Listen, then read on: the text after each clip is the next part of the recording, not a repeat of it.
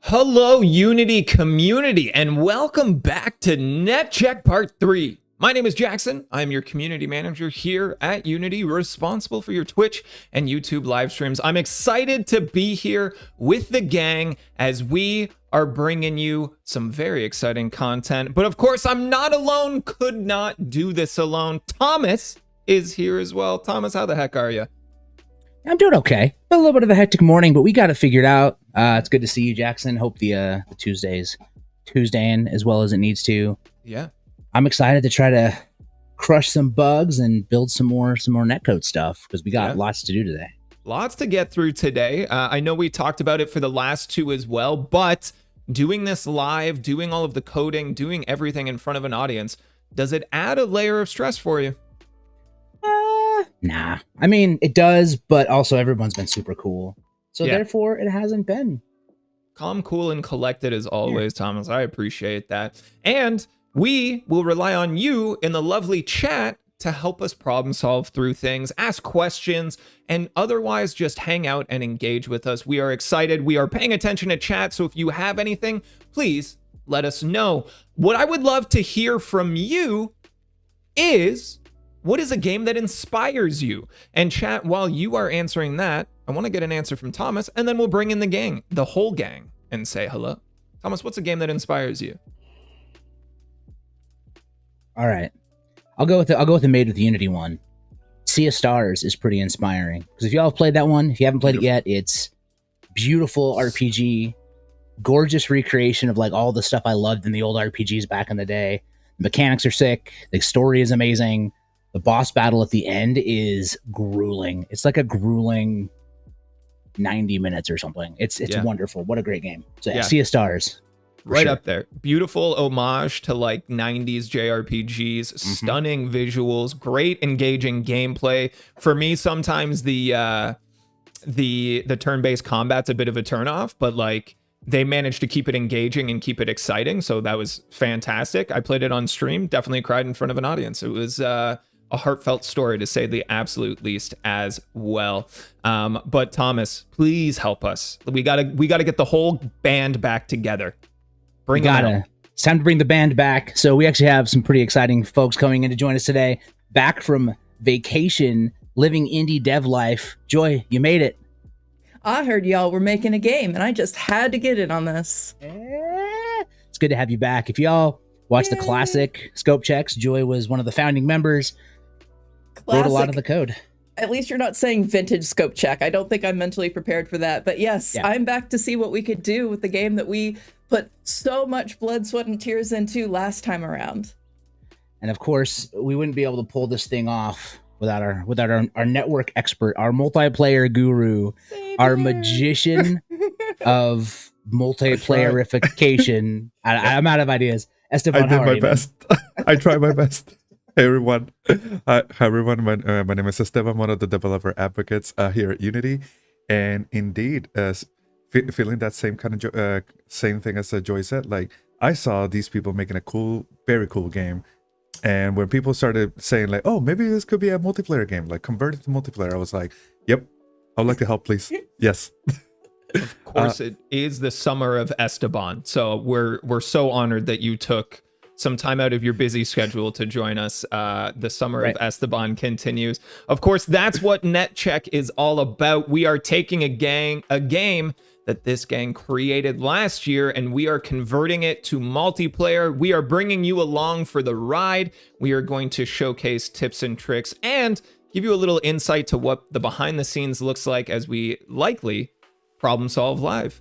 Thomas, is there anything that we need to get through before we go back to last stream and catch up on things? Yes, we have a few things we got to talk about before we go live. So of course, my entire dream and my entire mission is to make sure that students get cool resources. So if you check out this amazing slide that I'm sure production has ready, because they're the greatest, you can see that for the student plan, you should get it. You should get your student plan using that URL right there on the screen. You actually get access to Odin, the entire suite. You get 20% off stackable discount code on top of whatever is on sale at the asset store. You get, of course, access to the editor.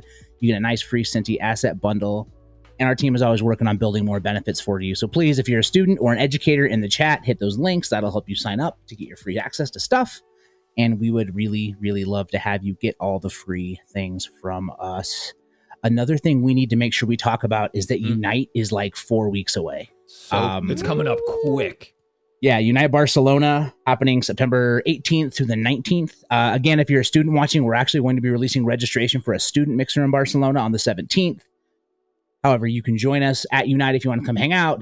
We've got all kinds of sessions, speaking engagements, mixers, games. It's going to be great. And you're going to learn all the Unity stuff you want to learn.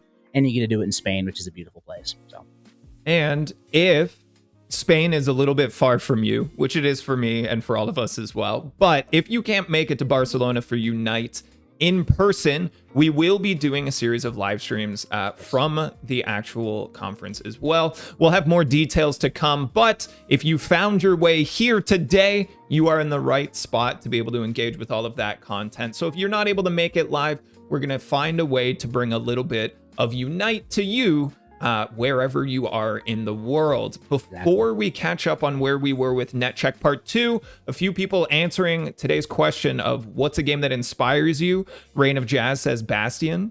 The story, music, mechanics, and artwork and animation, just everything. Angel Beat Flight says Soulsborne genre in general, hard to pick a single title. Thank you very much to Fang for your raid and bringing your community over here to join us for Netcheck Part 3, where Thomas, what did we get done last week? And what are we trying to get done this week? So before we dive into that, there's one more thing I want to make sure Esteban gets to show with the Summer of Esteban. Because tomorrow, I believe, is Dev Day. Am I right? Is tomorrow the Blitz Day? You're very correct. And tomorrow is shout out to Juliana and Trey, who helped organize this awesome remote event. So, and we have the link right here that we can share with the chat. But yeah, tomorrow, if you have any questions about multiplayer stuff, like any of the services that we have available, whether it's Unity 6 or Unity 2022 LTS, you know, anything, even DOS multiplayer, like bring in your questions, because we have, and I counted, I think it's like 13 development team members that will like join in at different times of the day. I'll be there as well to answer some questions, and you'll get direct help with multiplayer development from the team actually making these tools. So we can share the link, or perhaps we can actually show it a little bit, but it's in our Unity discussions, and it's going to be happening from tomorrow from 7 a.m. in the Eastern time in the US all the way to 7 p.m. So it's a 12-hour window that you can just go in, hop in our dedicated multiplayer Discord server and ask away. Yep, that's awesome happening tomorrow. Last shout out, by the way, the Bull in YouTube says an inspiring game for them was StarCraft, which I think a lot of us came up playing the StarCrafts. Oh yeah, as I did. Absolutely. So to kind of springboard off of that for the Bull talking about StarCraft, we had a new RTS that we featured about a month ago on one of the streams. I wonder if you were here for that, but Sanctuary Shattered Sun looks like a very promising evolution in the RTS genre, so get excited for that. But again, with dots, right? That's a dots game as well. Which is super sick. Yeah, we dove into dots a little bit and showcased some of the capabilities of that game and that system, which is super cool. But again, everybody, thank you so much for being here. Welcome on in, those of you that are trickling in. If you were watching this as a VOD after the fact, hey, thank you for doing so. But we also have we will have this video chaptered out. So if you want to skip through all of this recap, because you've been watching them all, you're keeping up to date, you don't need the recap. If you want to just skip to the meat of the content, feel free to take a look at that scroll bar at the bottom and find yourself where you want to be. Yeah. Okay, I think now we can dive forward and actually do some devin. Somebody mentioned, by the way, do you write a design document before making a multiplayer game? I wanted to talk about that. Yeah, you're the epic designer in here, Joy. Why don't you tell us your thoughts? Yeah, I mean, like in an ideal world, when you're doing your initial designs, you'll have whether or not you're doing multiplayer in mind from the very beginning. And actually, if you look back, we kind of did have that, in that the chat directed us to make a multiplayer game, and we just kind of, I don't want to say failed. We didn't reach our initial goal. So the idea is that you definitely want to get these major design features, and multiplayer certainly is a major design feature, in early on, so you could plan everything with that in mind. In our case, because we had a loose idea, but then we went through and really had to fundamentally change a lot of our systems. Yes, we did a lot of designing ahead of time. Thomas actually went and did a lot of very deep, I think, stressed thinking about figuring out how we're converting to netcode. But we certainly did think about this and figure out how we were going to implement it before we moved forward. So plan early, plan often. And remember, pre-production is just as important as the rest of the cycle. Do not skip it for the sake of getting to development faster. Yep, Yeah. agreed.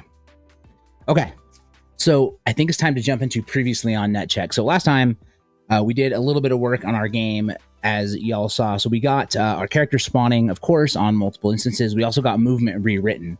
And if y'all remember, we took physics out of the movement equations. We did a transform-based movement system. I don't know why that's so hard to say, but we did.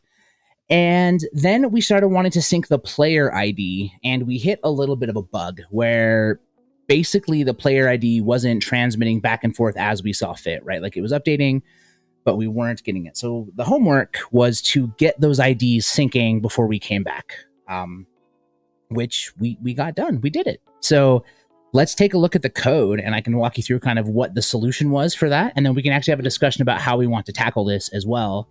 So let me make sure I've got Visual Studio up. I do. I think we're good here. So what we were trying to do again was sync this player ID, which is just a text mesh pro object. And we were trying to do it without a network variable, right? We were trying to pass this data around using essentially RPC calls and just send the data over an RPC call. For those that are just joining this, RPC is a remote procedure call. So this is different. What ended up happening is I dove in and took a look at some tutorials. Shout outs to Dilmer, actually, who helped me find the solution. And jumping in, we found a pretty easy way to take care of this. So what we have here is a network variable of type ulong, and that's our network ID variable. Of course, you have to instantiate that right here when you create it, or you have to call the constructor. So here it is. And then we have a Boolean saying, is the player ID set that is default to false? So there's that. And then we have an on-network spawn event, which we talked about last time quite a bit. But just to reiterate, this happens when the object spawns to the network. So when it is spawned, this event fires. And we're basically saying, hey, am I the server? And if so, let's get this value, which is the owner client ID. And we're adding it to +1 because the client IDs is a data structure. I think it's a list or a library. I can't remember. Either way, it's going to be 0 at the base, right? So we want to add 1 to index it correctly. And we're going to set this network variable and then, of course, call the base class. But then all we do is inside of update is we're going to check if the player is set. If it is not, we'll set it really quick, and then we'll change this to true, so it just happens once.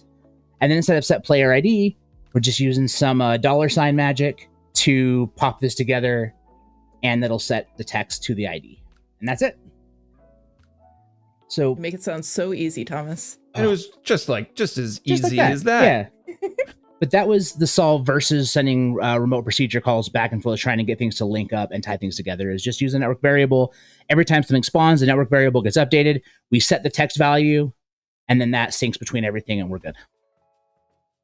Perfect. Yay. I know we've Homework talked done. a little bit about how we're not able to do everything 100% live on the stream, but thank you for kind of recapping and catching everybody up. I think you guys have been doing a fantastic job of working together off stream and then looping everybody in as we roll. No problem. Anybody else have any thoughts on this code or questions that I can answer before we jump to the next little bit? What's the what did you find being the difference between like the network variable and an RPC? Like when to use when, like. Oof. So I'm going to give a very bad explanation of this, and maybe you could help a little bit too. Yeah. For me, the RPC is when you want to run a function on an object, right? Whether that object be a client or a host, when you're requesting some kind of a function to run, which is what we thought we were doing here. A network variable is essentially a variable that exists on the server that you can, well, really only the server can change values to, and you have to request access to, I think, otherwise, that you can pull the data from, is kind of the difference I got here. What are your thoughts there, Esteban? No, same as that, and sounds like also like these are just like different features that you could take advantage of, Right. based on whatever problem you're solving. Yeah, and the good thing is, like, like the documentation explains how to use both of these and apply them whenever you feel it's needed. Like, but network variables, like, definitely can be used for stuff like that persists over the session, like score or something like that. Yeah, totally. Now, there is something about this I want to talk about. So we are using owner client ID. And from my research and understanding is owner client ID is assigned to the client, and it is not dynamically updated as far as I can tell. And what I mean by that is if I connect to a host as a client, I am assigned an ID. If I disconnect and a new client connects, I don't get to reuse that old client ID. The new client gets a net new ID. And it's done that way, I'm assuming, so that if the client disconnects and reconnects, it keeps its same ID, right? The data stays the same. So it's really useful to use owner client ID for this. The downside to it is in my testing, when I was basically just like closing these out, like when I would just close out a client and reconnect a new client, suddenly I would have player 1, player 3, player 4. And if I disconnected player 3 and then reconnected with a net new client, I wouldn't have player 5, right? So you do have to put some validation in there if you want to limit your player numbers or figure out how you want to set that up. That's not something I did in this. This is just, again, to get the ID syncing. The other thing you could do, which is a fun way if you always want it to be just the latest player to join, you could actually get access to the client list and just get a dot count, which is what I did.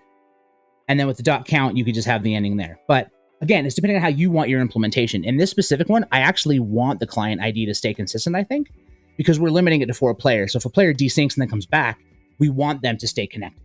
Like, we want them to keep their player number, right? Like, we want to know which player dropped and why. It goes to show, like, even something so basic as who's playing already can be and correctly identifying who's playing can already a much more complex problem than what it is in a single player game. But but that's what we have, good tools to let us solve the job. Exactly. So that's what we settled on for this. Now, the other thing I did is because I got this solved, I got really excited. And I was like, well, I should get my timer syncing. And so I did jump forward and write a networks timer really quick. You're looking for extra credit on your homework. Yeah, I just wanted to get this out of the way. So we'll run through this code really quick, and then we'll jump into actual network instantiation, which I believe Esteban's going to help us with. Yeah, we're going to need that help from you because he's the genius here. So the timer UI, basically the way it works is it calls a coroutine that just runs it down, right? And so it's just decrementing a variable. And I actually set it up as a network timer variable. So this is an integer-based network variable. And then I have a network variable. It's a Boolean. This just is the timer complete or not. And so what happens here is, and this is where we can actually talk about remote procedure calls, because this uses a combination of the two.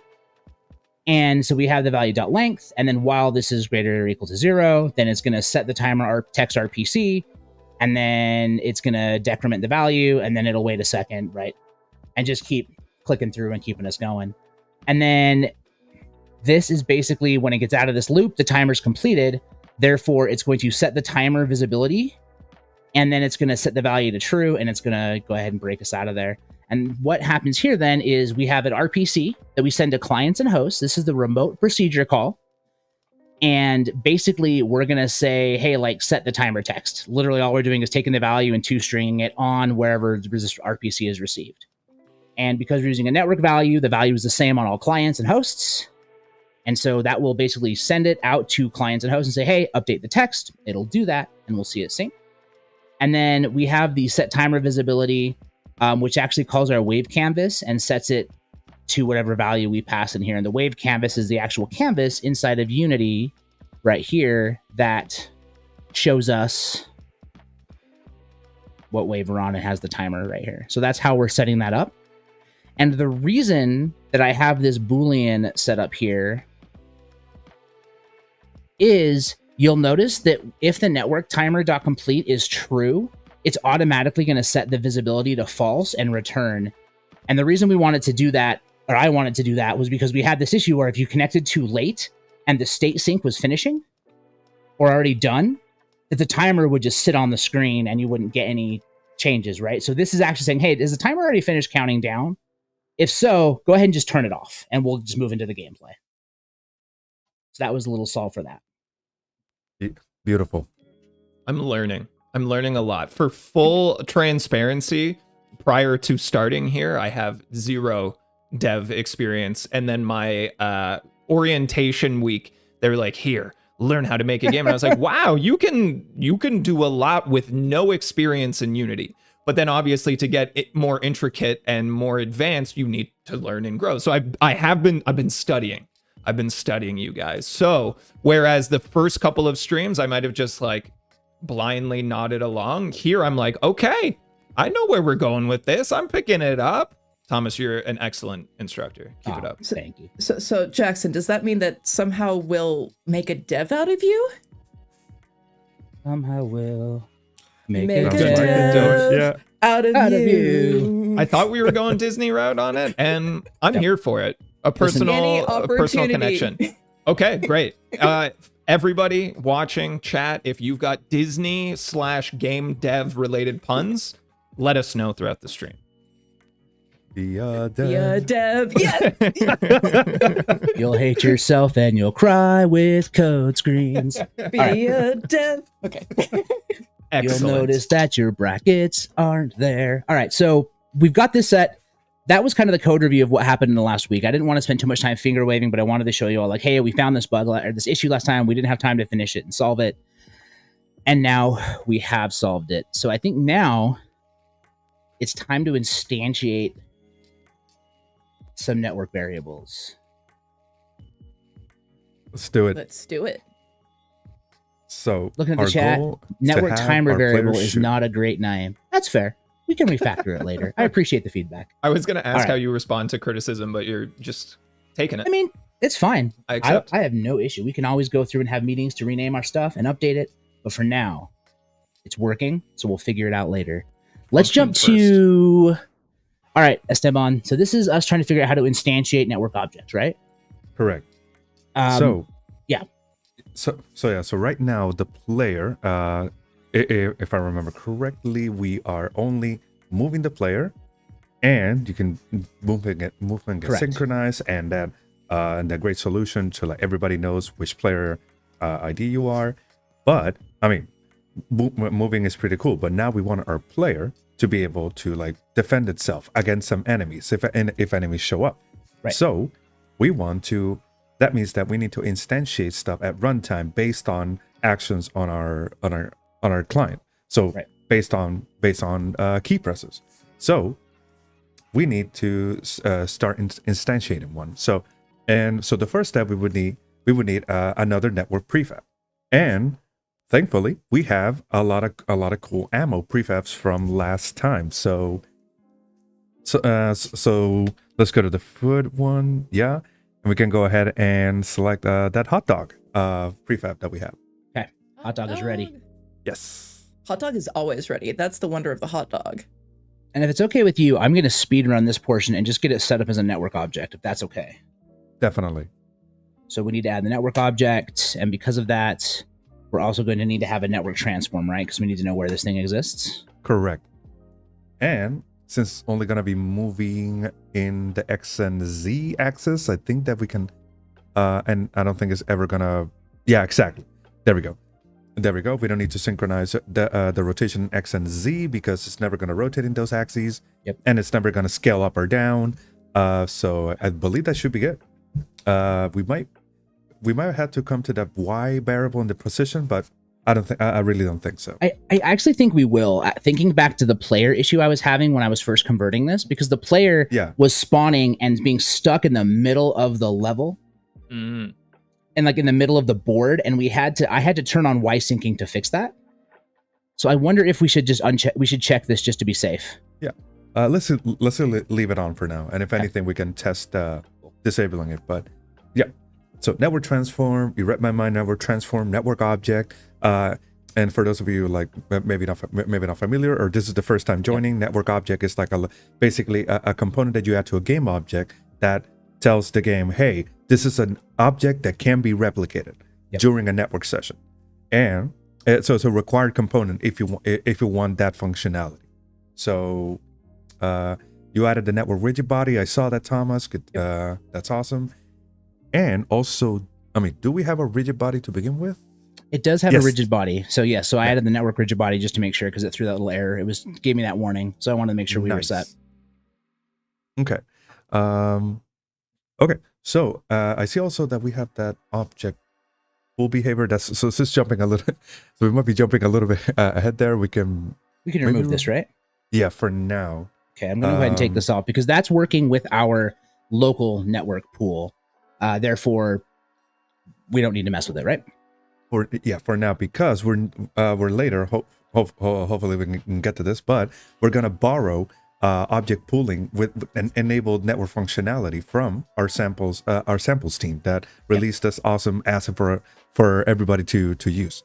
Okay. Exactly. Yep. All right. So now I believe we did convert it, and now this ammo should be replicable. So it should work on a network. Thomas, one thing we need to check is on the network manager. We need to check if our hot dog now is part of the prefabs list.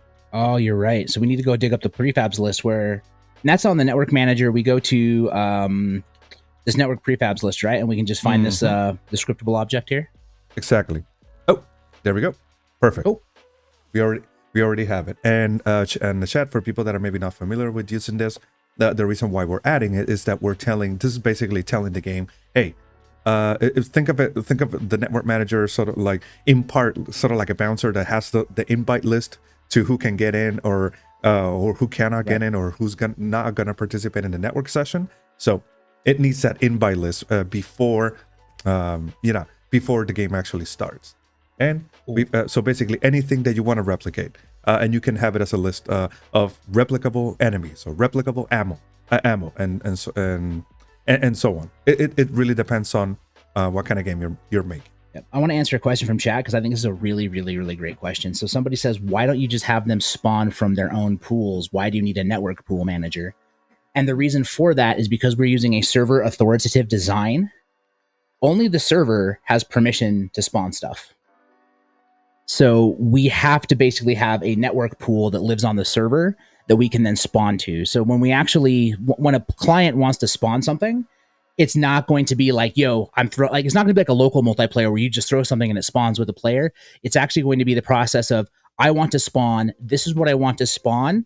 Yo, server, can you please spawn this for me? Server says yes, bounces it back, and then we all see the replication. So that's why we have to do a network pool. So the server actually has to handle the instantiation for us. Very Absolutely. Nice. Absolutely. Bagardi Dev saying thanks for answering. Obrigado. Thank you for your question. Again, if you're watching on Twitch or YouTube live right now, feel free. Hop in the chat, ask us questions, propose solutions. Again, we're always curious to know what you guys are thinking while we're going here. Now, Esteban, you're more than welcome to keep guiding me through this. If you want, I do have Parsec set up. If you want to remote in and do some stuff. Or do you think that's adding too much mix to what we're doing right now? I think he's Esteban muted. went quiet. He's quiet. He's miming. It's fine. It's our job to figure out what he's saying. It's the lip reading section. Sorry. Yeah. Sorry. I muted for a bit. My bad. Sorry.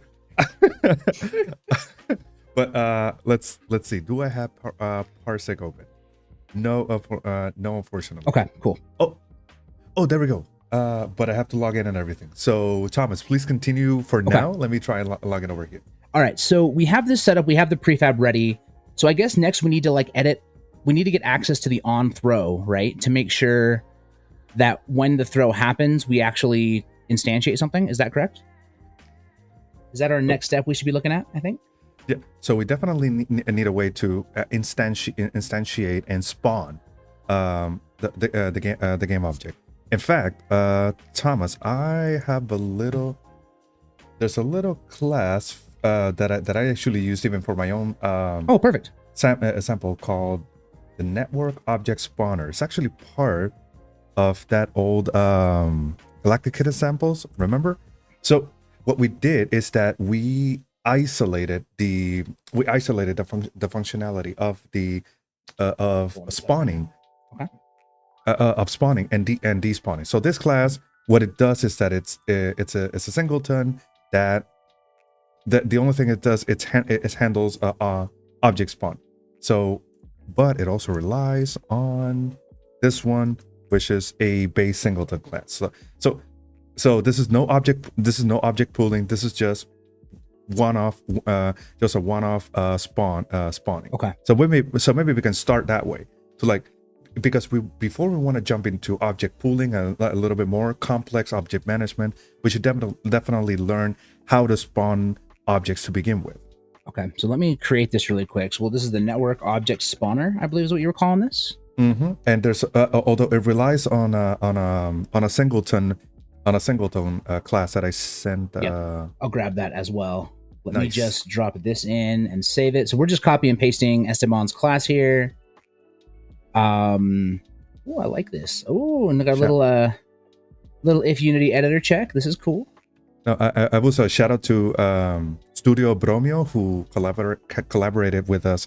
Studio Bromio from Mexico, they collaborated with us. Although I did participate in the development of this game, but they handled a lot of it, and it was super awesome to work with them. So shout out, amazing team with an amazing attitude. So definitely, if anybody's looking for a little bit help on their game, reach out to them. Amazing folks. All right, let me just grab your singleton setup here. And this is just called, I'm assuming we're just calling this singleton. Create C# class script singleton. All right, sorry, I know watching copy and pasting isn't super exciting, but it's way more exciting than watching us just type from memory, or also just read the screen and type it for you. Okay. So what you'll see is that like you have different kind of singleton classes that you can take advantage of, and it'll be an object. Right now, what you're seeing is an offline version. So this has where it can be a singleton of any kind of model behavior. But if you scroll down, there's a little one that's like I think it's singleton network. So instead of being a mono behavior, it'll be a network behavior. Right. So we're going to change this to network behavior right here. Oh no! You don't need to change it. Okay. It should be in the file. If you scroll down, it should be in the file included. Oh yep. You're right here. Network behavior where T is component, singleton Heck network. Got it. Okay, cool. So this is ready. And then let me just verify that we got the other one set up. Apologies, my brain wandered. I was reading some really interesting discussion in the chat about syncing data. Man, I need to find that Dilmer's tutorial to show you, because that's what the network variable conversation we had earlier solved for us as well. But all right, I don't see any compilation errors. Everything seems fine here, so we're good. Yeah. Publish that game object spawn like network I mentioned, object. they did amazing work, and it's and you can see you can take advantage of spawning, or just spawning in a particular rotation or particular position. So yeah, pretty cool. Oh, that one was meant spawn, but give ownership to somebody else. Got it. So you're passing ownership over to somebody else. That's why you're passing in a new client ID. Okay. Mm-hmm. Although that's a little bit older way of working, because now Netcheck for game objects, you can spawn with ownership. Like this is so basically there's a function called that when you spawn, you can already give ownership to it. So yeah, that was just slightly older way. That's part of the new distributed authority stuff, right? I'm sorry? Is that part of the new distributed authority stuff we released? Oh, no. Oh, no, that's just regular. So it applies for both, but yeah. Got it. So this is probably the one that we're going to be using, or maybe the one below. But the thing is, you can spawn a network object. You call the singleton, and then you spawn a network object with a position. All right. So what we need to do then is get access. We need to get a reference to we need to actually do the spawning in the character controller. Then is our next step after adding these, right? Correct. Okay. Because we need to take advantage of our players' actions. So in the update, ownership means who is. I love that we let that comment there. Okay. No, that's good. And so now maybe under the move inside of the update, we can check to see if our user has pressed spacebar, for example, maybe. Yeah, we could do it inside a move. Should we just do that and just check inside there to see if it spawns? So if input dot. Sure. Now we're using the new input system though, not the old input system. Oh, correct. So I'm gonna need a little bit help with that one. So I think what we can actually do is there's a let me remember how I did this. P actions are enabled. Return var move equals player to move to read value vector 2. So I think we could do another read value On the asset, let's go take a look really fast. I think there's 2 ways we could do that. I would really like to get access to the on throw function, but if you remember, we would need to do a few things to make sure the on throw worked the way we want it to. Let's go look at our asset really fast. Actions here. So this is our input actions here. So we have a throw, which registers the space. What kind of binding is it? Space, path, keyboard, mouse, interactions. Throw is just a button, so trigger on press only.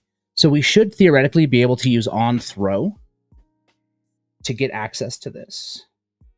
So I think we could actually do...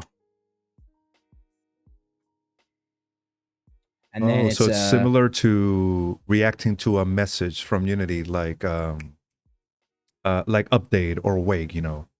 Yeah, exactly. And exactly, it's reacting to that. And let me just double check, because we have, let's go look at our original throw implementation to make sure I have this set right, because I don't remember what we did a year ago.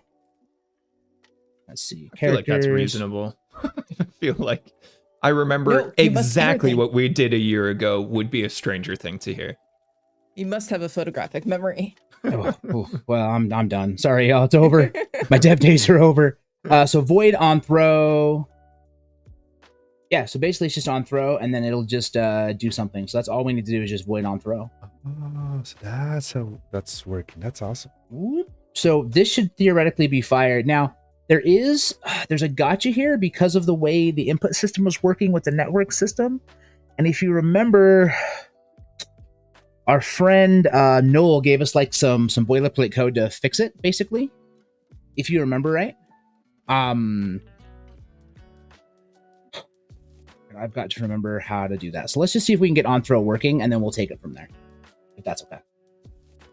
So basically on throw, we need to figure out... Maybe we can do like a debug log of like, hey, you know, okay, is it actually working? Yeah. And the only thing that can actually, the only thing that should be throwing is the owner, right? Theoretically. Correct. Which is going to be owned by the client. So yeah. Yep, should be there, right? And I think this is where we were getting that strange issue. But let's take a look at this first and just see if this works to start things off. So if his owner, let's just do I threw something. Not I threw a dog, that's evil. I threw a hot dog. Sorry. As I typed that, I realized the horror I was bringing into the world. Getting us canceled. Well, we never got to part 4 or 5. Defeating enemies just one puppy at a time. Just It's work optimization is what it is. Now we don't have to do a Twitch stream. Ever again. All right. So theoretically, throwing this in.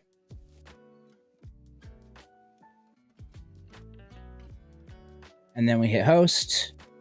And if I hit spacebar, hey. You threw a hot dog. I threw a hot dog. Theoretically. Theoretically. So we know that on throw is working. So that's a good start. Now that is because I'm the host. I will tell you that we're going to have to do some tweaking of the code because I'm pretty sure that this implementation worked perfectly on the host and it'll have some issues on the client, but we'll get there when we get there. Okay.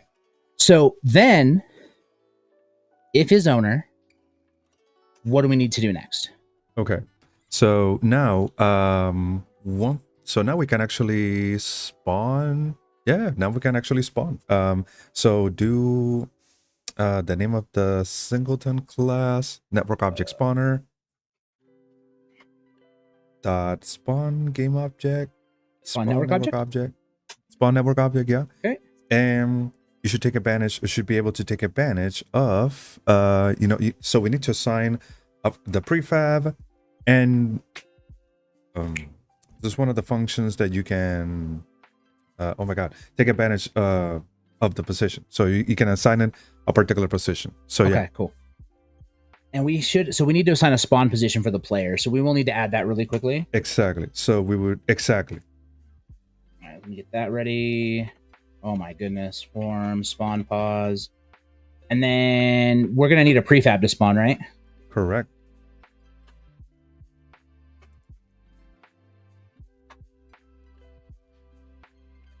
Hot dog prefab. My favorite kind of prefab is the hot dog ones.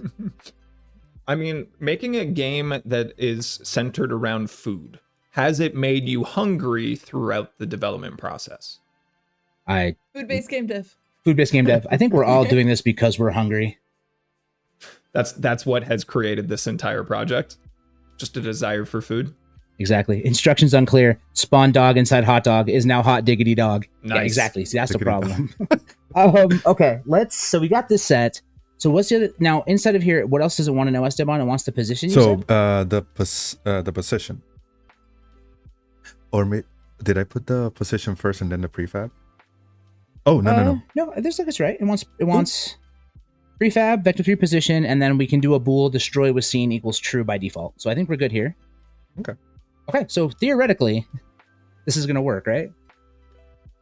Oh, no, Thomas, it's not going to work. Why? You know why? Because our player is going to be on the client, which means that we need to do what?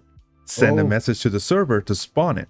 I knew there was something. Yep. There was some funkiness going on. Now, if it's the owner, hold on. So that means we need to say if it's the owner and it's the host, right? Or actually, if it's server, then we can just do this, right? We can just do this thing. No. And I would say if it's the owner and it's the client, because the clients are going to be owning the player. Okay. So then we need to tell the server, yo, spawn this hot dog for me and fling it in this direction. And you're saying we only want to send it to the server, right? Correct, because we want our ammo and our enemies to be owned by the server.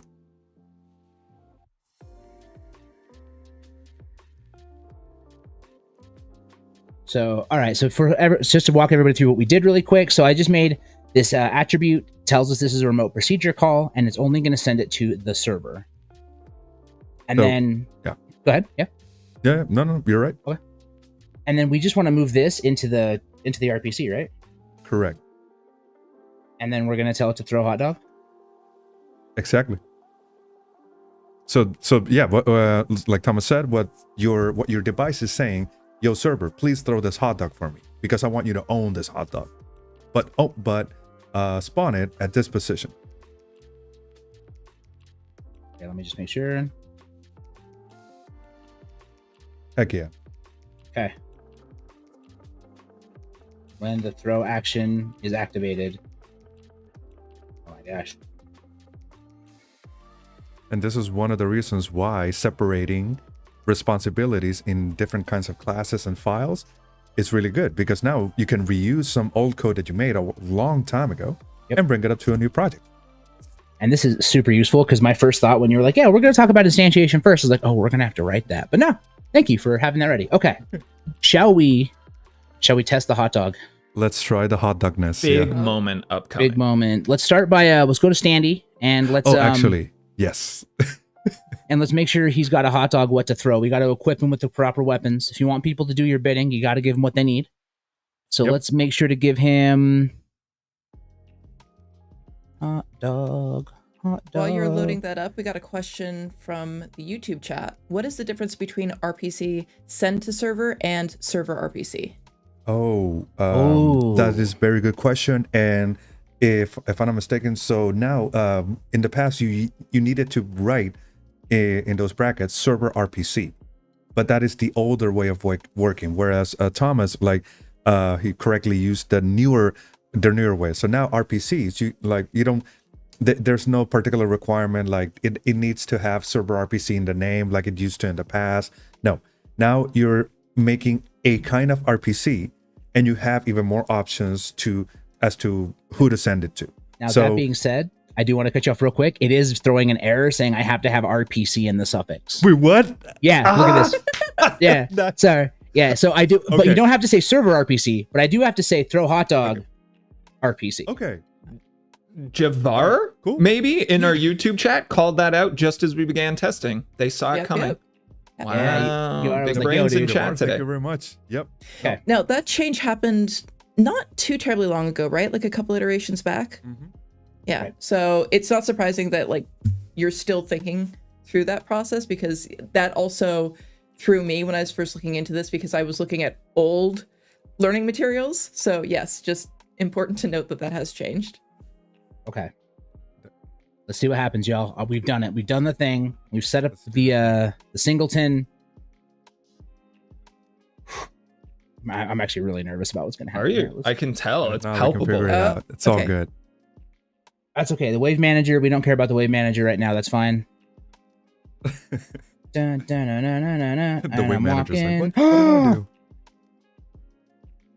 We're spawning network dogs, y'all. Yay! Are they? Oh yeah, they are. Where are Nice. these dogs? I can't see them. Do I need to be closer They're to my screen? very, very tiny. They are little tiny dogs. Double click enjoy on my the- forehead, on the game- everyone. on the Hold on game one tab, sec. Thomas, so that you can maximize the screen. Oh, you're right. Yeah, You're right. Hold on. increase hold on, the scale of the screen. This is very important data. Everyone, check y'all- out these hot dogs. Y'all don't want to see. All right, play maximize. Here we go. Let's go to the real dogs. Let's give them their moment of glory. You know, well deserved. Recognize the dog. Mm-hmm. I'm on the edge of hot dogs, and we're spreading them on this website. You. Spawning a trail of hot dogs. Yeah, it's Here, like I see forget it. breadcrumbs. You know, the Grimm's fairy tales were not thinking high enough level. What we really needed through that forest was just a trail of hot dogs. It would have This is solved how you all get of the home. problems. Like, because, you know, you're not going to get a bunch of crows. Well, actually, no, they probably will steal hot dogs. It's still a more reliable system than breadcrumbs, is what I'm Let me saying. just write y'all a message real quick with these hot dogs. Huh? That's kind of a high. Is Okay. that in cursive? Well done. So now that we've done this, we have them spawning, and they should show up on both ends because it's being spawned by the host. However, the hot dogs aren't moving, right? And that's because there's nothing moving them. They have no reason to move. We need to actually move them on the server side. Yes, sir. Do you wanna test to? Do you wanna kick off a build to see if they show up on both ends? Yes. I'm very nervous about this. I'm nervous about it, Were but at you the same hoping time, that no one was gonna ask? You sound like you just got caught with your hand in a cookie jar. You're like, me reaching for the cookie and myself like, no. I was like, what? All right. We're waiting for this build. Actually, while this build fires off, great question. How would you set the following server RPC require ownership? I believe you can still do that, right? Oh, does the person? Oh, I see. That's a question from Jacob, right? Yeah. Jacob, do you mean like send to a particular require ownership? So basically, send an RPC to anybody that doesn't own this kind of object. Is that what you mean? bless you. Bless you. Bless you. I tried to mute. I didn't make it. And to Scott, yep, we're doing it live. Bugs and all. I tried to change the code to show something, and it was compiling it actively. Oh, That's my bad, y'all. I'm Thomas. sorry. All right, let's try that one more time. But yeah, you can still, So just to basically, answer that Unity question, went like, hey. but you can still do require ownership equals false here. Oh, cool. So, caught Perfect. your hand in the hot dog bun, by the way, guys. Let's not mix our food metaphors. The bull is absolutely right. Well played, the bull. Well I played. got caught ketchup handed. Oh, yes. All right, let's build and run one more time without changing the code while we do it. My hands are off the keyboard. I'm sorry. Everybody, hands up, so we know.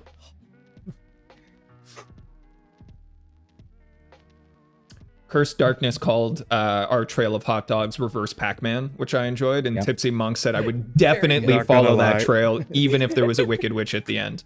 That More came to hot mind when I dogs. saw that. Yeah, oh, that's man. Reverse Pac-Man's actually a really great concept. That's Is a there a base game for a jam game coming right up? there. like you There try it to like is. fill the dots, and then the ghosts are trying to eat them, and you're trying to like slow the ghost down and fill the whole level with dots before they get you. Dude, you could lead the ghost to like a ghost capturing machine. I'm trying to think of a non-Ghostbusters way to explain this concept. Like, how do we do? But you get what I We'll mean, just get right? the license. It'll If you solve catch my everything. meaning. The ghost trap, instead of it being like a Ghostbusters ghost trap, it could just be like a stick with like a box made out of like silver, and then you just like pull the stick out as you run by. Like the oldest trick in the cartoon. Mm-hmm. Nice. That's why it'll work. It's so dumb they won't know what hit them. It's so good. Be But then you unpredictable. end up with the spider situation where then you have a ghost in a box, but what do you do with the box? It's a good call. It reminded I me mean- of that Family Guy episode. Ooh, a piece of candy. Ooh, piece of candy.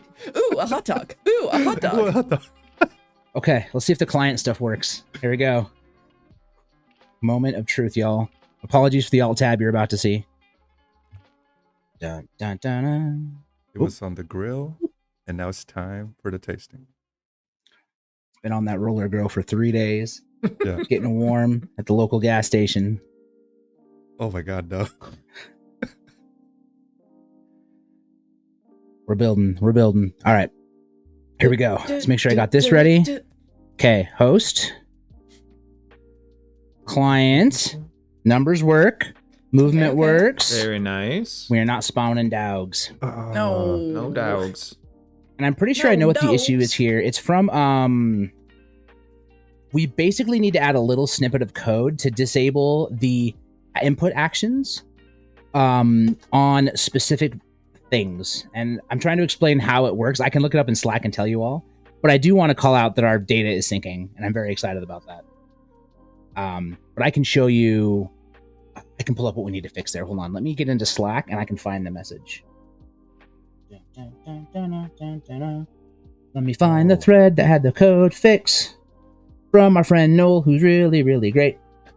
In our Twitch chat mostly. I mean, in both chats are blowing up right now. And again, thank you, Unity community, for being here and hanging out, dropping suggestions, problem solving, joining us live here. But we did ask for Disney dev-related puns as a bit of a joke earlier, but you guys have been absolutely crushing it.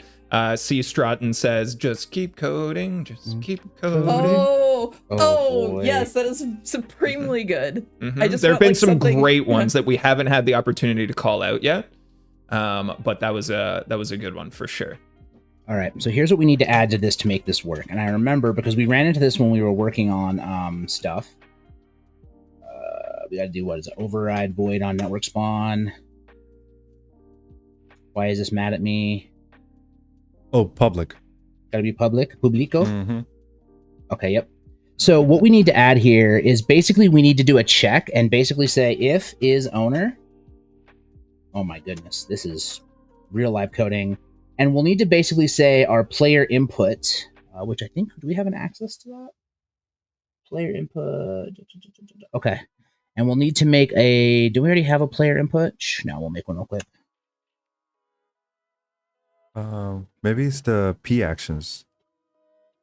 Joy, Maybe. can you bring your cat onto the screen? Can we have a I cat, please? Since Where's he- Pen since Pen? he's screaming? Yeah. Can we get cats on camera, please? Thank you. So since he's screaming anyway, here's Pen Pen. He has opinions about programming languages and Unity. Yeah. He's, let's see, how long have you been deving with me, Pen Pen? Since Unity, let's see, 3.5?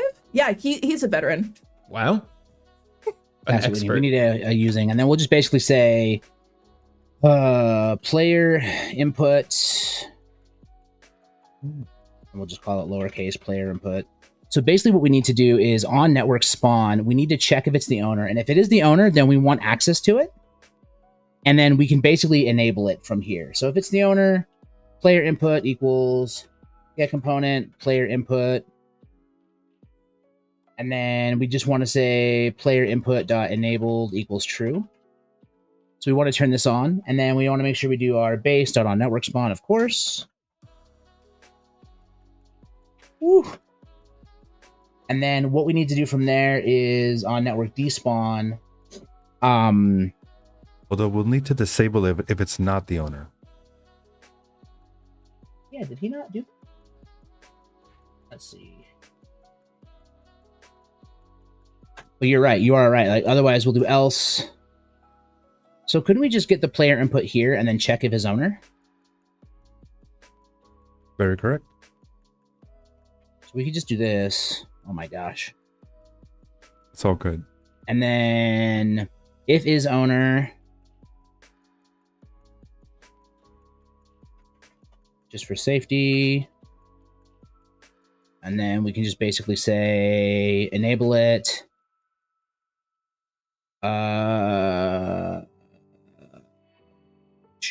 Or you could put that null check before. Just wrap So everything in a null check. Yes, but it's true because we still got to do that base on network spawn. Yep. So you're basically saying if this does not equal null, oh my goodness, y'all, Exactly.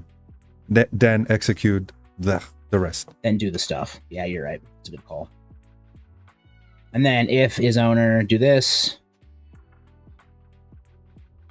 Otherwise, disable this thing. Although that is outside. Yeah, that is outside. Yeah, it is outside. I don't know how to code. It's fine. It's fine. There we go. Okay, and then we call Yes, based you on do, a my number friend. You're coding live. Our skills. 20% of our skills go out the window. All right, and then on network despawn, same thing. Override this, and then basically, let's see. Network spawn isn't on network despawn. I think The void. I forgot the void. I yell into it every day, and yet I can't remember. You take it for granted, Thomas.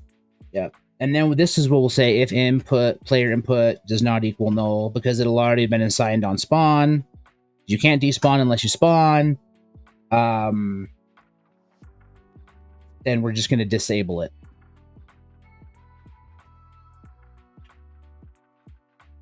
Oh my goodness. Twitch chat's out here singing, "Can you feel the leg tonight?" I'm sorry, y'all are behind us. Nice. This is where we are. I didn't expect this to be so successful. I thought it was a throwaway, silly request at the beginning. I was like, but everyone's just crushed it today. I'm convinced that most devs secretly want to be in a musical. And so any opportunity like this, like, it's going to happen. Okay. By Should the we try way, again? somebody got this? shouted like, how many players can be added in the game? Yeah. And that is a team question. That's like that is like depends on what kind of experience you want to make. So there's no hard set line on this SDK being like, oh, you better stick to 10 players or else. No. Nothing like that. But it's usually recommended for this netcode for game objects like a smaller amount of players. Like I believe maximum recommended is like 16 or 12, something like that. Whereas netcode for entities like dots with multiplayer, that's much higher. Yeah, I was actually just about to ask, is there actually a recommended value for netcode for entities? I assume that it's probably really high if there's any recommendation at all. 20,000. No. I mean, we're talking about entities here. Like numbers, it can do. But if I believe the even our own sample Mega City Metros like a recommended cap is like 120 something players. It's not bad. But not yeah, exactly. And it runs like we've done some pretty big tests before. I know you're doing that workshop for game development for poets, I think it was, and we were testing, and there was like a bunch of us playing. And they did other internal play tests, and there were like at least 60 something people. Like no, and it worked. Right, and it worked great. Here we go. Yeah, should we do like meditative breathing to get through this, Thomas? Might. I mean, Now- if you need a pep talk, you let me know. That's mostly what I'm here for. It's just morale. I'm pretty sure this will solve the issue because like Noel was super confident. I'm nervous because like I tried to do it quickly live and I didn't like fully read his whole Slack message here. So You let's just find got out, though. excited and started implementing. We skimmed. There's the bottom of the yeah. message. But if you do not implement this correctly, you will be cursed. Wait, yeah, did I it's see working. player 2 It's spawning working. a hot dog? Am I It's seeing working. hot dogs? All right, let's see All right, some cool. hype in chat. Shout outs to our We got man the Noel. dogs. Oh, So my- I'm going to do It- my best to explain what was happening and why we had to do this. So what was happening is basically with netcode for game objects, you have a client version of an object, and then you have like the replicant, right? And Esteban, you can step in and be like, Tom, you're wrong at any moment. But you basically have replicants, Nope, and you got every this. single one of those has a local instant of the actions. And so basically, my understanding is it was basically just overwriting itself constantly. And so it was unable for the client to figure out like which action fired. And so by doing this, we basically said, listen, the only actions that matter are on the actions that is server instantiated and is the owner. And by doing that, we now were able to clean up this mess, which is way better than the solution I found before I knew this, where I basically had like 35 checks to figure out which instance it was. So huge shout out to Noel. That's one thing about like Unity I'm really a fan of is I basically posted this in like a public channel that was like, I am stuck, please help. Please do send help. Yeah. And the next morning I got this really thoughtful response from one of our engineers. And then 3 hours later, he sent me the code to fix it. And I was like, oh yeah, it's because of this. And I was like, man, thank you so much for your time. And anyway, it was a really cool experience. So like, thank you to them.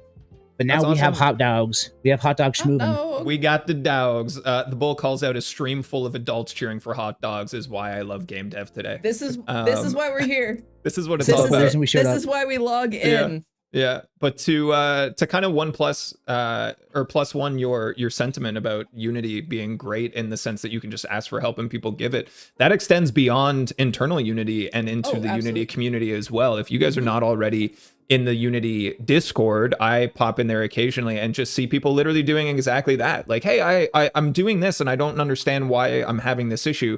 And people just offering their own time and resources to help problem solve. It's very cool to see, as the dev community is new to me, that level of support is there amongst strangers in the community. It's awesome to see. So it's lovely that we get the opportunity to interact with you all here in these streams as well. Agreed. All right, real quick, I want to demonstrate what we were talking about with our identifiers because we have the build working. So right now we have player 1 and player 2, right? So I'm going to go ahead and close out player 1's client, and then I'm going to relaunch the client. Now this is a net new client connecting, right? This is not the same client. So if I hit client, now player 3 shows up. So that's what I'm talking about with that spawning option of, because this is assigned a net new owner client ID, it is now player 3. And player 2 is being held for it to actually show up and be there.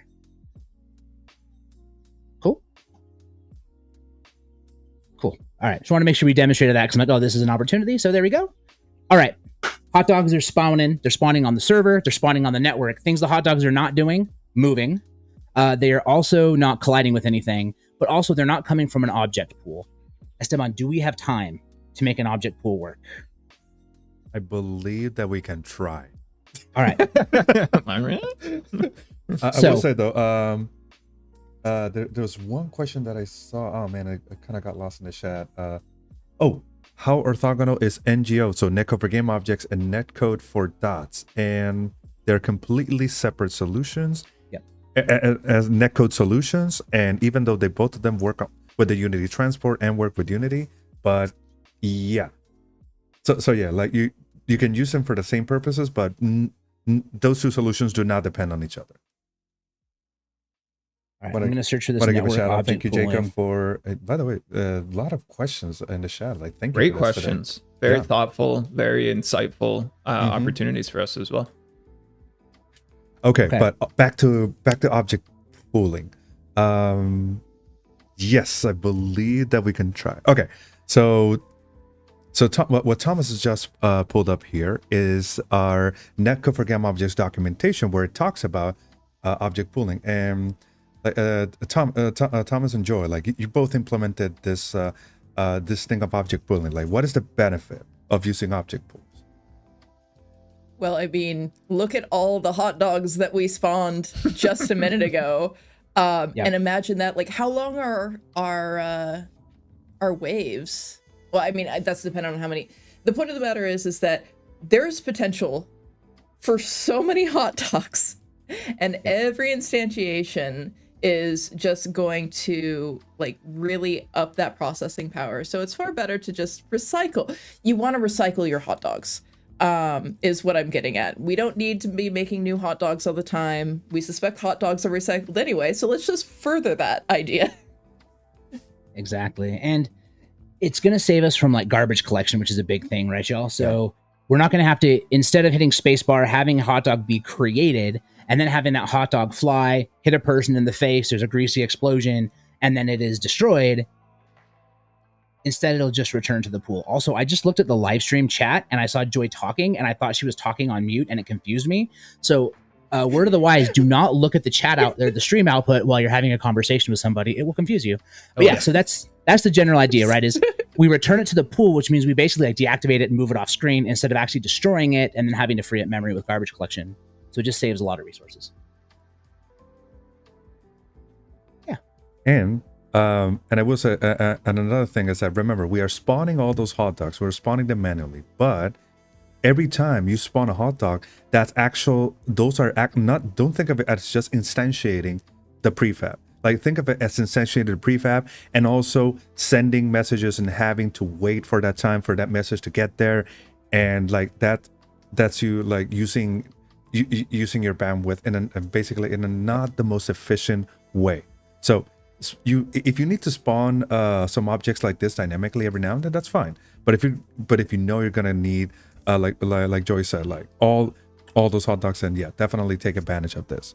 So, and what Thomas is doing right now is that the Netcheck for Game Objects documentation, they have an implementation of object pooling, a component that you can actually use to pool your network objects and your network objects. And in fact, Netcheck for Game Objects, it has a particular interface that you must implement in order to pool all these objects. Because remember, we are pooling objects that live in both client and server. So that means like there's additional work that must be done in managing that memory. Now, I want to take a guess, and you can correct me, but the specific thing you have to implement, are you talking about the network prefab handler? Yes, you are. Yes, you are correct. And in fact, quick note, and if people, when they're trying it out on their own, you'll see that in fact, like the network object pooling in Netcheck for Game Objects, even in this sample, it actually takes advantage of the offline or the single player object pooling that you can use. So that's one of the coolest things. It's like you're still using some of that, some of those tools that you already use in your single player development. Yep. What's also really nice about this version of it, I think, is that we can now use this object pooling for our food and all of our enemies, because we have this beautiful struct of a config object that we can just basically create versions of it in the array, and basically just be like, hey, I need 100 of these, 100 of these, 100 of these, 100 of these. And then we just basically tell it what we want to pull out of the pool from this singleton, which is really nice, I think. So, okay. And for those of you that have seen the bite-sized samples or boss room, they use the same class. Like they might have modified maybe a little bit just for, I don't know, for readability or something, or comments, but it's the same implementation. Like it's the same technique. And let's try to walk through this code really fast, just to understand what's happening here. So on network spawn, we're going to iterate through every config object in the pooled prefabs list, and we're going to register the prefab internal, right? And we're going to say, how many do we want to pre-warm up, and what prefab are we registering? So if we head down to this register prefab internal, so we're basically taking the prefab, giving our count, and we are creating all of these different actions.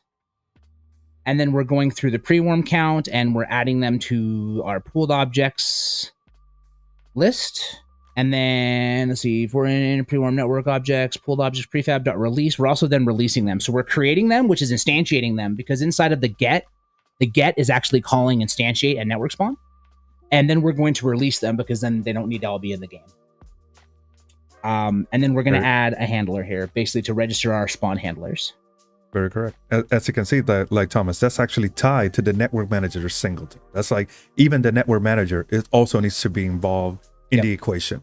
So like, hey, but like, I also gotta know about this. And for those of you like, because can you scroll back up a little bit, Thomas? So in that function, register prefab internal, like to provide even more context, the prefab of the game object, internally it works with a dictionary or a hash map, and that prefab is going to be the key to getting the array of pooled objects. So it works on two levels. So the prefab is the key that gives me the array of allocated objects, and from there we can go ahead and pick. Like if you think about it like a kitchen drawer, the prefab, like, and you have spoons, knives, and forks. For some reason, you have them all stored in different kitchen cabinets. Based on what you need. I need the spoon. Well, then you open the spoon cabinet, and then you go ahead and the spoon drawer, and then you draw your spoon and close it back up. So hopefully wait, you don't just rifle through your kitchen cabinet, praying there's a spoon in there? That's like when you do I just dump the whole dish into the drawer and just shake it up and then close the drawer. That's oh no, wow. That was like an analogy. I love I an have all analogy. my utensils just helping. in just one drawer. Yeah. Okay. This is an So ideal. you all know that there are little sorters, right? Like you can go to Target and buy Not like important. an actual spoon. Oh man, I am not for this. Like we need. So I think we need to start applying some programming principles to y'all's kitchens. All right. It's I have fair. a linked So, list of utensils. That's it. that's it. It's a linked list, and you have to actually put the utensil in the drawer, and then it'll show you where that type of utensil is. Exactly. Now, if you don't I return the mean- utensil to the pool, then you get yelled at. Okay, this is real life. We're talking about real life right now. All right. Let's okay, let's get back to what we're doing here. So, yeah, somebody asked if we could drop the link to the code in the discussion. Sure. Let me see if I can find where I stole this directly from the documentation here. Let's see. This is the network object spawner you sent us, Esteban. Also, how cool is it that Esteban has an actual, he's on the multiplayer repo. Like, he's there. Oh, it's the summer of He's Esteban. famous. So here's the code we stole. And I mean, by stole, I mean implemented. So we're going to utilize this because it's such a well-written thing, and we have this ready. So really, all we need to do then is set this up and then tell it when we want to get things, right? We reach out to the network object instance and say, hey, give me this thing, and we pass in the prefab we want, and then it will pull it out of the pool, right? Yes. Now you still have to do. I believe you still have to do extra stuff, and I believe that we have in handy some help from our good buddy Noel, who also helped us out a little bit with. Okay. So Noel, if you're listening to this, shout out. He's Thank one you. of the creators of Netco for Game Objects to begin with, so that's why. Yep, he's an awesome dude. But yes, now we should be able to have so we can create an empty game object, which will be the network object pool. So like the manager. Okay. So let's do that first. Let's throw this in there. So we'll do this and we'll create an empty. We'll call it network object pool. And then we need to add our network object pool to it, I assume. Yes, we do. And then we can. Oh, wait a minute. Let me look at. Let me see and how they do it. Yeah, you pull it up because I am a little concerned as to. I thought we'd see a struct here. Exactly. Let me make sure I've said this right. Pull it up. Perhaps we need a wrapper around. Oh, true. We need a class that actually uses the network object pool. So I kind of jumped the gun there. Okay, so we need to make a script. Is that what you're telling me? Mm-hmm. Okay. So we'll create a C# script, or is there one we can steal from, or should we just make one? looking at over here. Network object pool. Oh, I see. Or we can, there we go. We can also, if you want to add, we can also add like a serialized field of list of pooled object configs. Okay. So yeah. So, and what do we need to add this into our network object pool into a new object? We could do it in both in the network object pool or the. I'd rather use a separate thing that calls to the network object pool. Yep. Instead of including it in the tool. That's like I agree. That's like if the kitchen drawer, for some reason, was tied to spoons and. Yeah. Okay. I'm following. I'm going to reorganize my kitchen after the stream. Like, I am very nervous about the chaos I've been living in. Okay. So what should we call this new behavior? Should we call it? Let's call it. Let's call it. Let's call it network object. Network object pool manager. Like, just to begin with. Easy peasy. Yep. And then of course Visual Studio opens for me. Thank you so much Because for doing it's that. gonna be managing the calls. It's gonna be managing the calls to the network, for the object network pool. pool. Okay. So yeah. Let me just double click to bring the code up. We'll have our boilerplates. Okay, so you're saying we should have a list of pooled object config, because serialized field, a list of pooled object configs.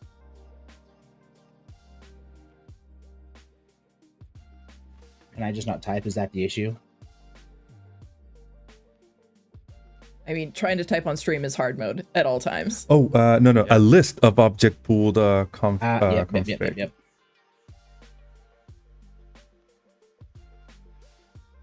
And in fact, you might need to. What is this thing? Let's actually. What is this actual thing called? Hold on. Pool config object. Aha. Oh, nice. Oh, is it your word pooled is in past tense? Oh, wait, what? So here's a question. No, for it should you. be in past tense. My bad. Well, let's take a look here, because this already has a public static. This already has a list here on the network object pool, right? Yeah. So shouldn't this, and it's serialized, so shouldn't this show up and we can just use this? Can you click F12 on pool config object? It should be a public struct. Whoa. Oh. I don't think you were supposed to hit that button. Uh-oh. Thomas is frozen. Okay. Oh, we lost Thomas. Okay, well, Esteban, you just hit him with like the old web gaming thing. Hey, Alt F4 will hit you with this really cool new weapon you can get. Hey guys. Hey, let's just go ahead and get rid of that useless System 32 folder while we're at it. Let's just get rid of Thomas entirely. Oh my goodness. Well, since we've got a moment while we try to get Thomas back, I do want to call out, because I've been asked a couple of times in chat here, will these videos be available? Are parts 1 and 2 available to catch up? And yes, absolutely. Make sure you go over to the Unity YouTube page, youtube.com/unity/live. And from there, you will have access to all of the previous videos. And after each of our episodes finishes, we will be going through and chaptering them. So you can skip through the conversations, you can skip through to just the information if that's what you're looking for. And I encourage everybody who maybe popped in the middle of this one and is a little bit unsure of where we're at, catch up, because we will be doing a part 4 next week as well. Do we have Thomas back in the mix? I think I'm back. I hear my voice. Oh my God, it was so good. We are Thomas, getting Thomas back. Can you explain what just happened? Because it's my favorite thing. Oh man. Oh, did he go away again? Oh, he's muted again. I think we're still waiting to bring Thomas in. Okay. It's so good. But I gotta say, like, shout out to everybody who's here today. The chat's been more lively than I've seen it maybe ever. We've really enjoyed hanging out with you, chatting with you, and answering some of your questions, all of these types of things. So shout out to you, Unity community, because you've been excellent so great. far. And thank you for enabling Joy's chaotic efforts to remove Thomas from the stream. Hey, that wasn't me. That was 100% Esteban. Like, he had this mission planned out from the beginning, right. I'm sure. You're right. You're right. He's sitting here planning last night. Okay, cut back to last night. Esteban's sitting there in his planning chamber, and he's like, okay, midstream, I have to get rid of Thomas. How am I going to do this? All right, I'm going to direct him. All right, we're going to do some basic coding, and then he's going to be like having trouble writing, because that's what Thomas does sometimes, and then I'm going to have him hit F12, and it's going to all go, and I'm going to take over the stream. That's how I become the main star of the Unity stream. This was because it's Esteban Summer. And this is what Esteban Summer is all about. This is Esteban Summer, not Thomas Summer. No. No. This isn't Thomas Summer. This is Esteban Summer. Oh We're my God. on to you, Esteban. We know. We know what you're doing. Thomas is on the way back. A round of applause for the glorious return of our fearless leader, Thomas. My plan has been full. Thomas, I got super roasted while you were back. Thomas, we defended your honor. My work keyboard, the F12 button is also the sleep button. So you were like, push F12, and I was like, all right, cool. Boop, gone. Like, as soon as I hit it, all my monitors turned off, and I was like, oh no. See, what you don't know is that Esteban's the one who sent that laptop. Yeah. Yeah, it was all set up. Weekend like, calling out Esteban went full Disney villain. Tipsy Monk says, wasn't it Esteban's code that Tom just downloaded? Interesting. All right, guys, start working on Esteban's villain Disney song, please. Oh, Okay, perfect. Thank you. All right, we are back though. So what I was saying before I set myself on fire was there already is a serialized list of pool config object on the network behavior, on the network object, right? So Yes. why? Sorry, I'm the afraid to excitement. speak that. It's hard to come back. Yeah, it's really hard to. Wait, hold on. There's something mad at me here. Okay, so I'm gonna get rid of this, just so we can have this basic script here, because I feel like if we just let everything sync, we should actually have access to that config list. I feel like it, but also I might push F12. Oh, here we go. Now it's mad. Yes, give us a network object. Freeman, yeah, can see? we switch back to our Yeah, let's see your screen. screen share here? Oh, my screen share is my screen share off? I think my screen share is actually we off. can only see your lovely face, but it would be helpful to see the code. Yeah, let me actually do my screen share. Our technical producer being like, I would love to, but It's like, I would love to cut to that scene, but Tom, gotta you fetch it, didn't yeah. do it. There we go. Okay. Nice. And So- we're back. What I was pointing out was I think we just needed to finish configuring this object because there already is a serialized pool right here, a list of pool config objects here. And so we just needed to like finish it, and now we can actually see it. It's here. Heck yeah. So now we just add this element. Oh, And and I we- see that you jumped, added the network object and everything. So Mhm. beautiful. Yep. It actually threw a warning and said, hey, you need to do this. So I just did it. Perfect. So then we can go to our assets and we want to add our, what was it called? Hot dog ammo, I think is what we called it. Yep, it's in the list.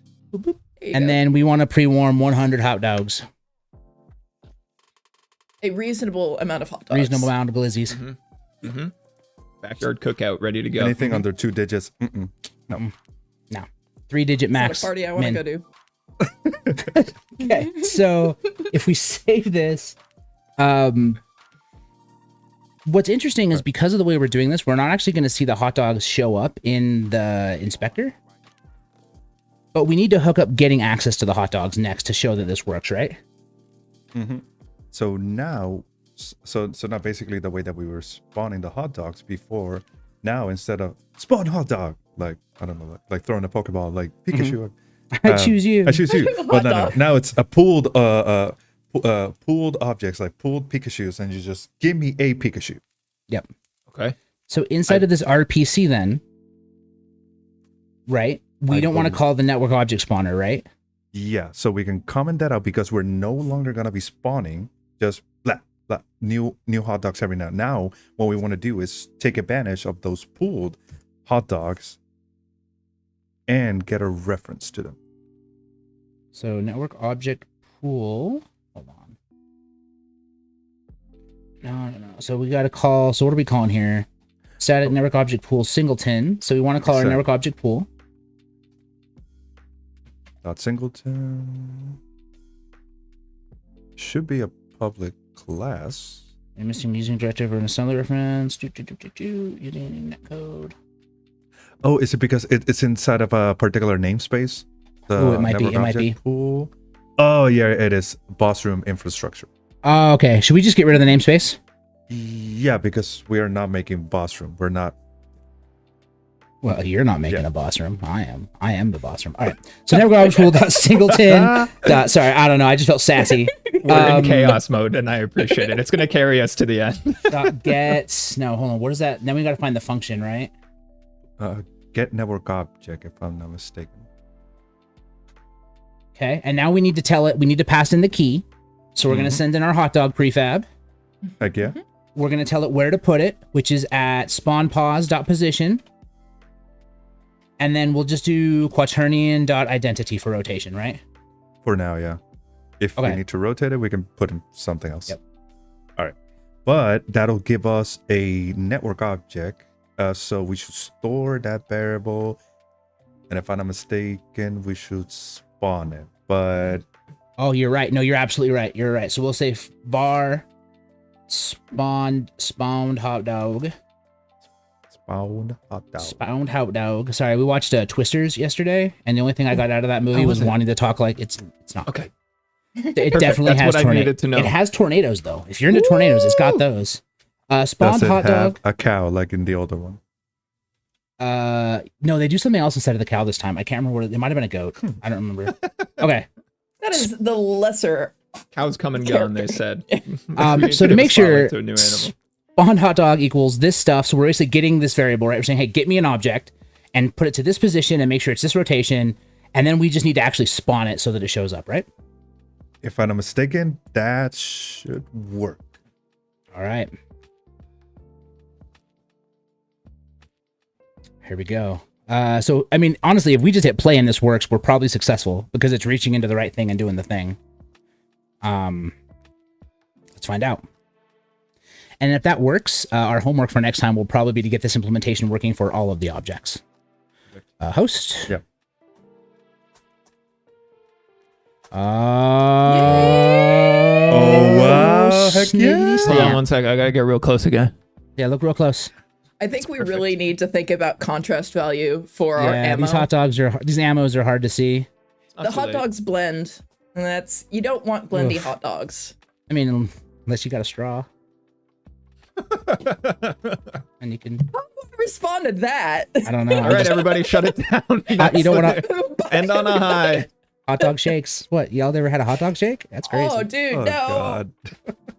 All right, let's see if this works on the client side. I'm pretty sure it does, but we should probably do that. Also, we need to make these hot dogs actually move, but that's something we can do pretty easily. And I think how are we on time? We're out of time, aren't we? Or are we done? Are we good? Well, how much more time do you want? Let's see. 3 hours. Oof. Hard sell. That's a tough one.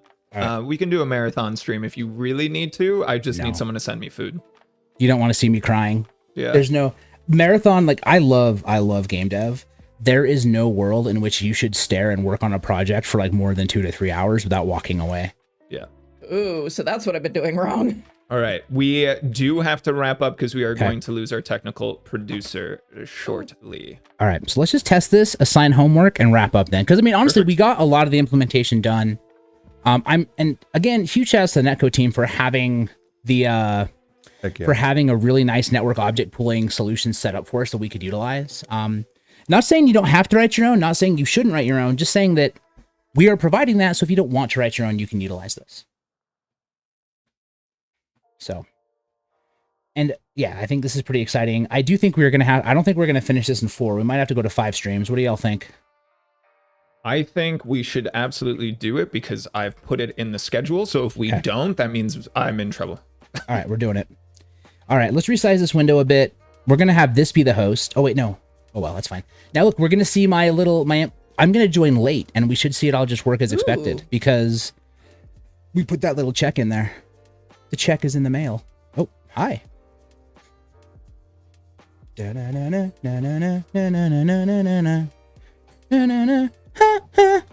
the game loading song, by the way.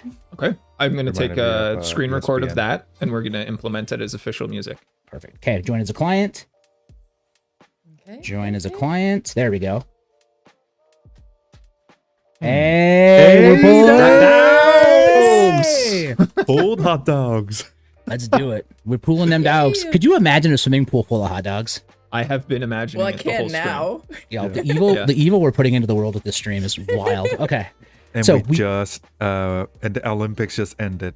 Oh, Lost opportunity. that's an event for Actually, 100 meter 2028. hot dog swim dash or That- something. No, here's the thing though. It's like there's always so much trouble figuring out what to do with the event space after the Olympics. I think France just got a solution. You know, let's just fill those Olympic-sized pools with hot dogs and, Yeah. you know, let whatever will be. Perfect. All right. Can we do one more thing before we end the stream? Just because I wanted to do it earlier and I forgot to, and it's really easy. Sure. What- we what- have Can we 10 sync minutes, animations? roughly. Sync Sync animations. Yeah, like it's really easy. So we're just gonna do it really fast. We need to sync the animations, and I just would like to have them done. So we're gonna go to our character prefab real fast. And if we go to where the animator lives, which is on the actual model, we can actually add a network animator. And then all we have to do is get reference to the animator here, and we're good. It's really easy. Whoa. But now animation at will that. sync between our client and our host. So I just wanted to fix that real fast. Yay. And then we Again, can actually another cool Oh, good. component made by the Netco team. Yeah, another thing the Netco team set us up with, and it's actually really nice because we actually need this for the player, but we're not going to need it for the enemies. Remember, Esteban found this when we were working on it, because the enemies are all spawning and the animator states are all like in sync. Essentially, we don't actually have to sync animation for the enemies because they're just doing one animation. They're just in a walk cycle, which is super handy, like super optimal. It's one of those things you got to think about. But you can take advantage. It's just like, okay, it's not synchronizing, but at the same time, it's not like one player. It's not like the players are gonna be like looking at the other player's screen and be like, wait a minute, my zombie's at frame 745. Why is your zombie at 717? No. Okay, but you're saying that, and now that guarantees there's a player out there who's going to call us out.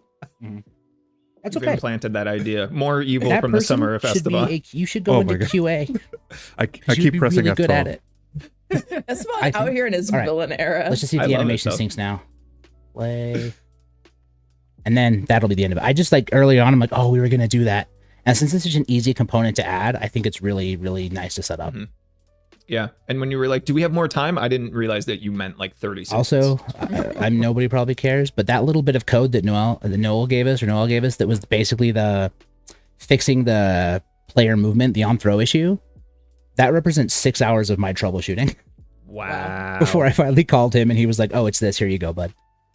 That was cool. But this is All right. why it's so important to have, conversations with other devs. Community. Community. Can you all hear me? Because I can't hear you. Oh, we can hear hear you. Yeah, we can hear you. Cool. I can't hear the gang, so hopefully I haven't been Just talking go. over you all. I'm so sorry. you're doing Let's just do great. this really fast. Host. I thought you Okay. were listening. Animation working. It's not working. Okay, we'll have to take a look at that. Client. Let's go look. Okay, the animation sync didn't work as fast, but that's okay. I'm gonna refresh really fast to see. See, this is what happens when you say one thing, one last thing. Just one real quick thing. It's going to be easy. Don't even worry about it. And now here we are. Thomas still playing the game, though. Yeah, I love that he's gone, but he's not gone. He's here in spirit, He's here in There spirit. we go. Thomas, can you hear us? Welcome back. Can you hear us, Thomas? Nah, that's okay. Thomas, you're doing great. Read our We lips. believe in you. He's that good. That's the thing. He's that good. He doesn't need the connection to the team. Exactly. He hears us in spirit. He hears us with his heart. Yeah. Network spirit. Okay. We are going to wrap up right now. So thank you, Thomas, for persevering over every technical challenge in the book. Thank you, Esteban, for throwing wrenches and chaos into Thomas's life with the F12. Sorry, But Thomas. for sharing your insight, it's been incredible. Enjoy. Lovely to have you back. How have you felt rejoining the team? So much fun. God, it was so great to come back on. Oh, Thomas is waving. He doesn't know that we're not 100% out just yet, but He doesn't know. I How can would do he know? I can do the shilling as well. Make sure to check out Unity Learn tools if you're a student or an educator. We have links that will come into chat. Thomas is alone in the dark void of silence, but you can see everything for your free Unity student plan here, all of your benefits on screen. Also, come and see us at Unite in Barcelona in September if you're able. There will be a ton of exciting things, a keynote and a ton of presentations there. If you cannot make it live, join us for the live streams. We'll have more information about that and what you can expect as well. Join us next Tuesday, that's August the 20th, at 9 a.m. Pacific time, which is noon Eastern time, where we will be continuing with part 4 of Netcheck here with the gang. I believe we will also have Kirk back, so there might be a shuffling of our squad here, but please and come and check us out. If you joined us partway through and want to catch up on everything, again, check out the YouTube page, youtube.com/unity/live, which will have all of our previous streams to allow you to catch up and join us. Skydriver says it would be great if you could expand the student plans to the courses of the Unity partners like Code Monkey. We have plans on the live stream to potentially start bringing in some of our Unity insiders to showcase some different opportunities for learning and content there as well. So look forward to that. Again, I'm your senior community manager. I'm new here. I'm taking over the live streams. I would love to create awesome content with you all to continue to bring you all here. You showed up today. You guys have been incredible in the chat on both the YouTube and the Twitch side. If you guys have content that you want to see, please let us know. We've already had these conversations. We've heard, we've listened to your recommendations. We're taking them all into consideration. So again, thank you so much for being here. Again, I want to say a massive thank you to everybody on the team, to Thomas, to Esteban, to Joy, and of course to Freeman working behind the scenes. Thank you to everybody who made this live stream possible. We will see you all again next Tuesday. My name is Jax, and we're out.